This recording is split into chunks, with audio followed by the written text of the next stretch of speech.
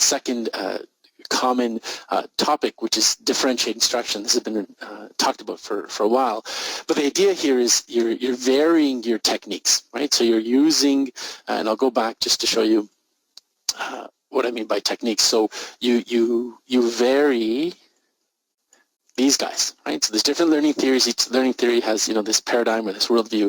You're varying, this method, this strategy that you're using within your classroom, because the understanding is the classroom that you're in has these different types of learners, right? And usually differentiated instruction has to happen because you're in this teacher-centered environment. So you're in a classroom, there's a teacher there, the students are grouped based on not abilities, not choice of topic or subject. They're there because of their age, right? So you have this mixed group of people, this heterogeneous group of people in front of you, and that's where differentiated instruction really comes in when you want to personalize, because you have to be aware of these different needs and abilities and drivers of students, and then you have to vary either your technique, your content, to work with that diverse group of people in that environment. So a quick example of where Notebook and even AMP are really powerful here is that you have flexibility, right? So this is just one notebook page of a teacher who, let's say, teaches Pythagorean theorem.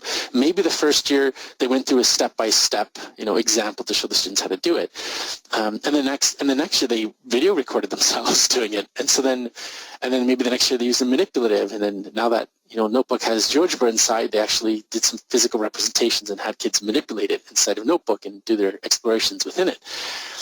By that fourth iteration, there's 4 different strategies, 4 different methods that now the teacher can open up that idea to the students to be able to select, how would you like to go at it? Would you like to just watch someone deliver the lesson and then practice some examples? Do you want someone to walk you through step by step? Do you want to just explore it with a virtual manipulative?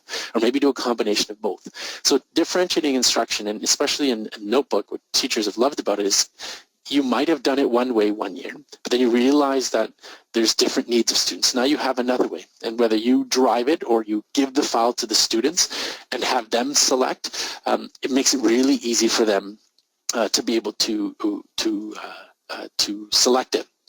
And the other piece, and I'll bring up AMP while we're on the topic of software, is if let's say you're doing a lesson on chemistry, being able to have different resources and materials, learning materials, where they'll actually learn the content in a variety of ways, whether it's a flow chart or mind map or video or text or, previous notebook file that you might have had, in the same space as where the students will be completing their content, makes for really rich and differentiated learning space. So it's differentiated instruction is kind of a subset or a subset of universal design for learning, because when you apply universal design for learning principles, you're differentiating instruction. And the topic of the concept of personalized learning, it fits when you have this heterogeneous, this group of kids in front of you that vary just because of the way that your structure is set up. This is what teachers need to do to be able to accommodate and adapt for those different learning needs.